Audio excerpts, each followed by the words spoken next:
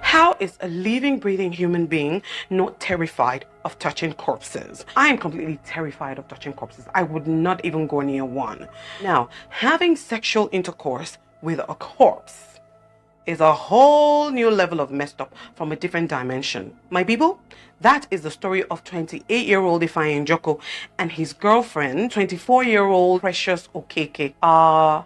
Who's now dead, by the way. My name is Tony Odena, and if you're just tuning in for the first time ever, hello. Now, with your permission, I would really love to do my makeup while we're sharing this story, because it's more like a horror movie story. So if you're not a big fan of horror movies, you will understand what I mean. I am not a fan of horror movies at all, and I would very much love to distract my subconscious in a way when I'm telling the story. So permit me to do my makeup, please, okay? Thank you. Shortly after ifeanyi started dating Precious, he made his intentions clear to her family that he wanted to marry her. So they both became what you would call informally engaged.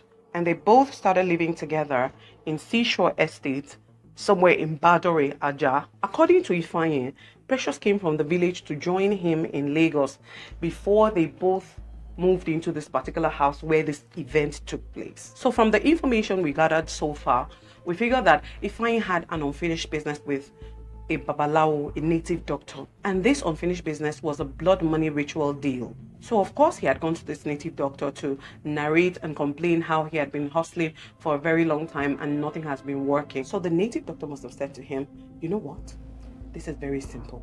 All you have to do is find a young girl, kill her, sleep with her corpse for 6 days, cut off a piece of her and bring it to me, and you can bury the rest. It must be an 11-feet deep grave. 11 feet deep. If you do not bury her in an 11-feet deep grave, a spirit is going to come back to you. So ifeanyi left, and so began the search for a young female victim, who unfortunately became this pretty young girl, Precious Okeke. Remember that he had gone to Precious's family to declare his intentions for her. Now, the reason he did that was so that at the eventuality of a death, which was inevitably going to happen to Precious, no one would blame him. In fact, everyone would feel sorry for him for losing his wife-to-be. And he almost got away with it. What a bastard. Very sneaky snake. So when they started living together, they were constantly having fights and disagreements. I mean, these two, they were basically cat and dog. But at the same time, they were pretty private people, because neighbors would say that they weren't really the associating type. They were always keeping to themselves. So eventually, ifeanyi executed his ultimate plan of killing Precious Okeke. Now, we don't know exactly when or how it happened, but from the reports we gathered, we figured it must have happened on the 4th or 5th of April 2022. So a few days before ifeanyi got arrested, some of his neighbors noticed that he would leave home in the morning and then return at night.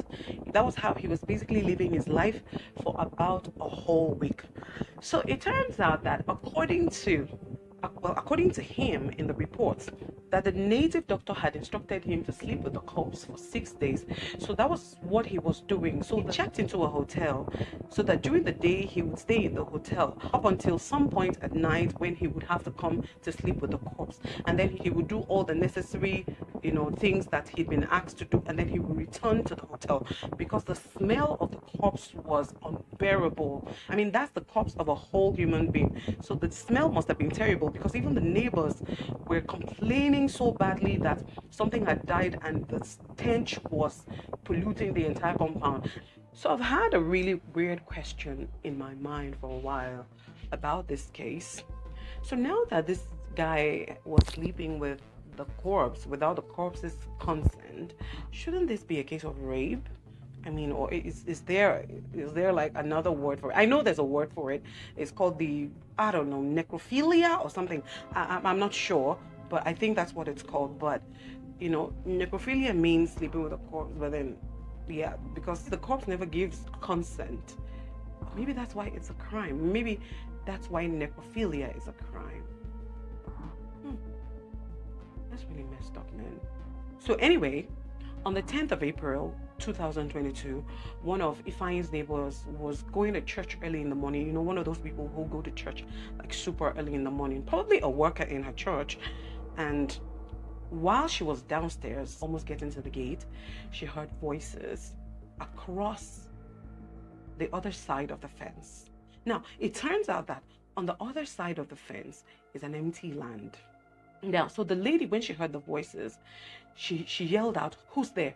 What are you doing there?" And nobody said anything. You know, and because it was pretty dark, she couldn't do anything. I mean, she herself was terrified, as it would seem, so she couldn't do anything. And it was pretty early. It was too early to wake up her neighbors to tell them about what she had experienced. So she probably just shoved it and then decided to get to church first. So when she returned from church, she decided to call her neighbors and narrated her experience earlier in the morning.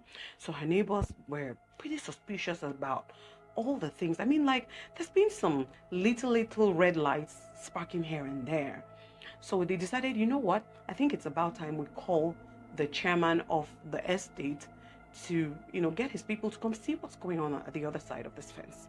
So they put a call through to the chairman, and then the chairman came with his team, which was the 11th of April 2022, and they decided to climb over the fence with a ladder to the other side. And when they did, they found a grave.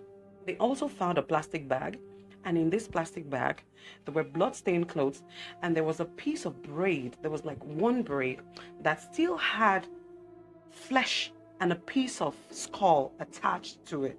And this piece of flesh they found already had maggots feasting on it. Oh my God. And that was the moment they all confirmed that definitely someone had been killed. A murder had definitely happened in this place. So remember that the occupants of the building were already complaining that there was a smell of a decomposing thing. They didn't know exactly what it was, but they knew something decomposing, something dead was rotting and smelling all around them. They just couldn't, you know, put a finger to where it was coming from, but they knew it was within the compound, because most of them said that when they leave the compound, they stop smelling it. But when they return into the compound, the smell is just so strong within it. And they also figured that the smell was stronger when you come close to Ifeanyi's door. That's when you smell it the most. So they just knew something was amiss. Something had to be going on inside this place. So after the estate chairman and his team had discovered that someone had been killed in that premise, they decided to call the police. So when the police came, they questioned the people that were present, but Ifeanyi was not present. So they went to his apartment or his door, they knocked, but nobody responded. But then the police noticed something. The strongest smell of this decomposing thing was coming from inside that apartment, but then nobody was responding. Nobody was opening the door. So of course they had to break into the apartment. And when they did, there it was. The decomposing body of Precious Okeke just lying there in the kitchen. Now, because this is a murder case, some of Ifeanyi's neighbors had to be arrested and taken to the police station for questioning. Meanwhile, when his neighbors were being questioned at the police station, another neighbor, who obviously was not arrested, spotted Ifeanyi coming out from the hotel where he had been lodging for several days. And so he alerted the police. So the police showed up, arrested Ifeanyi, and that was how he got caught. Now, while Ifeanyi was being interrogated by the police, he actually never denied that he killed this girl. He confessed to the entire crime. You know, he never denied at all of having committed this crime. But things got pretty interesting when he started saying, "My money don't arrive.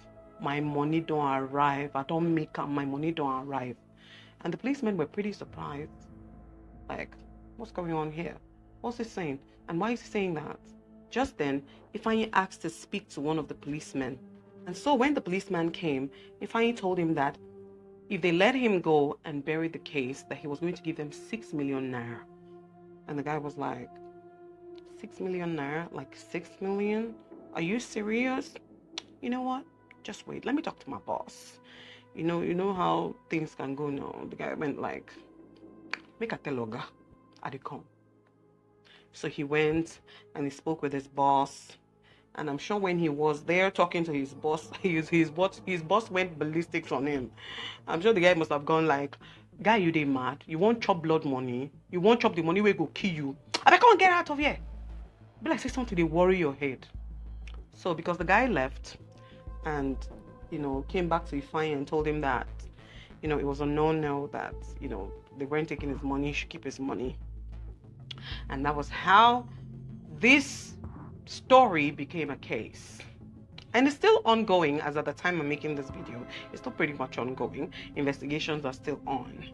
But that's not the end of it. That's not the end of it. Things got really, really interesting when Ifeanyi's brother showed up. And a rumor has it that the guy is pretty boxed up. Oh, and by the way, I missed one little detail. Remember that Ifeanyi's neighbors were arrested. So Ifeanyi had to tell the police that his neighbors knew absolutely nothing about, the entire thing, and that the police should let his neighbors go. So they did. So these guys were free, which is a really good thing. I mean, he still had some sense in him, even though. So I think the reason why he did this was because he was pretty sure that when he made that offer to the police, that they were not going to refuse, so he let them go. If not, the guy is a sneaky bastard. He would have found other ways to like hook his neighbors onto this thing, and like get them into some real trouble. So now that Ifeanyi's brother has showed up and the police had rejected Ifeanyi's 6 million naira attempted bribery, Ifeanyi's story now completely changed. So it was no longer, this was after he had completely confessed to killing this girl for money ritual, because he totally confessed that he intentionally killed this young woman for the purpose of money ritual. He told that to the police. Now his brother has shown up and his entire story has changed. Now he's telling the police that he confessed to having killed the girl because of money ritual reasons, because he was under the influence of alcohol. That the real reason he killed the girl was because the girl was stubborn and they were in a fight, and so he pushed the girl and she fell and hit her. I think she hit her head on the ground or on the tiles or something like that, and died. And that was the reason why there was a piece of her head beside the grave, and because he was scared, he had to make an attempt to bury her and blah blah blah. So the story entirely changed. Wow. I told you how important it is that you go subscribe to my channel. Please go and follow me on all my social media platforms. I'm on YouTube, I'm on Instagram, Facebook, and TikTok. So now that Ifeanyi has decided to change his story, that means this whole thing is going to court. It definitely has to go to court, because now they have to have a hearing. There has to be a judgment, which is the normal procedure. So what he's basically trying to do is to find a way to get away with murder, which I'm hoping will really, really backfire. He committed a crime. He should pay a price for the crime he committed, apparently. But human beings will always be human beings. Anyway, as at this moment that I'm making this video, there's still ongoing investigations, and I'm hoping that there will be an autopsy and then a report will come out, to really nab this guy and, make him pay for his crime. So that is all for this story right now. If there are more updates, I'm definitely going to let you know. And I also hope you enjoyed watching me do my makeup. It was fun for me. I hope it was for you. Thank you very much, and I will see you on another video.